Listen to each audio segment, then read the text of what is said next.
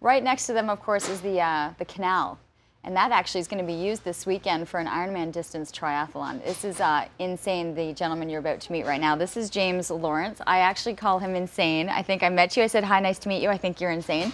Welcome to Ottawa. Thank you. You're actually from Calgary, but live in Utah. Yep. Okay, can you let people know, we have an Ironman athlete here, and what you are doing this year is remarkable. Well, we're trying to break the world record for the most Iron Distance Triathlon races done in a single year. Okay, for people who don't know what the distance is, I mean, because there's 4 different ways of looking at a triathlon. Yep. There's the sprint, there's the Olympics that we just saw, and then there's the half. And then the full. Okay, what does the full Ironman entail? So, probably kilometers. Yeah, kilometers would be great. 3.8K swim, 180K bike, and then the marathon, which is 42K. Okay, all, you know, just all in a day's work. Yeah. You're doing this, and usually people can train a year, you know, the lifetime for this, Right. and then it takes a while to recover and to get the body back to adjusting. You are doing one of these every week. Every weekend, yeah. So right now I'm in the middle of doing 16 Ironmans in 17 weeks.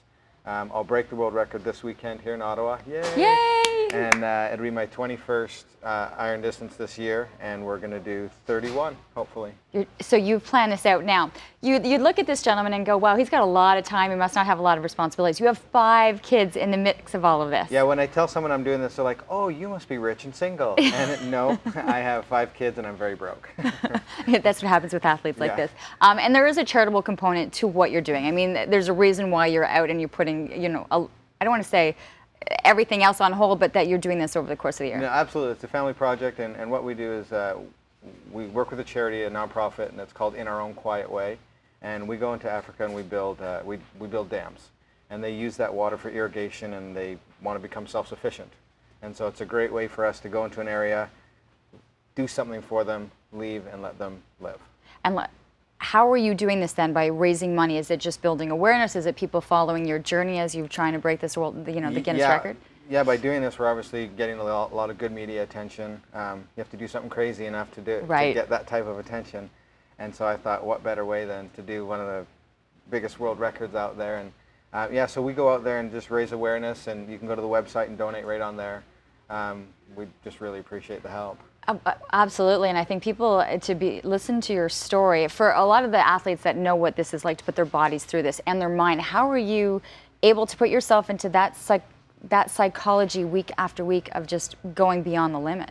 Yeah, you know, obviously it's something that I believe you're born with certain abilities to have mind control and whatnot, but I've had to develop and work with it. I work with a mental coach, Alan Fine. I also have physical coaches. My coach name's Sonia, and we do a lot of things together to really prep and get ready to do these things. And I've been able to fine-tune my pacing, and there's a lot of chatter that goes on. I call Ironman racing the longest conversation with yourself. I can see that. With all of the travel and airplane rates, I mean, I'm solo a lot, and so I've had a lot of time to reflect. And you'd think it'd be the opposite, but being away from my family so much and having so much time to think, it's actually brought us a lot closer together. And we're a really fine-tuned working unit. Those Skype conversations are probably incredible. Thank you, Skype. Yes, and then really quickly, so you race days are usually Sunday. You take Monday, Tuesday to eat and sleep. Yeah, I'm pretty grumpy Monday, Tuesday. I can imagine. But yeah, so Monday, Tuesday, I do a lot of sleeping.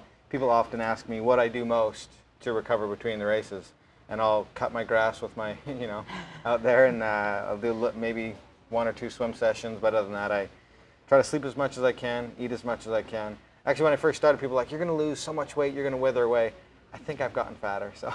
I can't comprehend this. The whole thing of what you're doing week after week is amazing. The website that people can go to be able to donate is what? Quietway.org. Quietway.org. Yeah, I think they put that up. It definitely went up on the screen just as a reminder to them. And best of luck. Race day is on the 1st. Yep, Sunday. No, Saturday. Saturday. All along Colonel By. So Colonel By, you're doing the swim. Good luck with the swim there. And then looping through for the bike and for the run all the way through. So something you might want to be able to check out over the course of the weekend. He's breaking a Guinness record here.